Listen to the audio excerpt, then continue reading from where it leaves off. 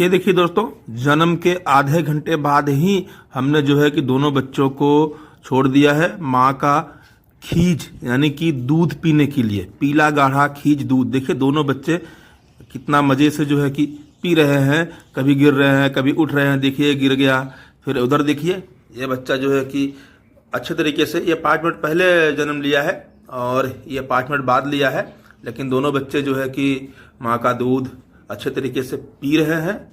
तो जन्म के आधे घंटे के बाद ही माँ का पीला गाढ़ा दूध अपने बकरी के बच्चे को जरूर पिलाएं। इससे बकरी के बच्चे का इम्यूनिटी पावर बढ़ता है। बकरी के बच्चे स्वस्थ मजबूत होते हैं, बीमार नहीं होते हैं, कमजोर नहीं होते हैं। वीडियो देखने के लिए धन्यवाद। नए हैं तो शेयर करें, सब्सक्राइब करें। नमस्कार।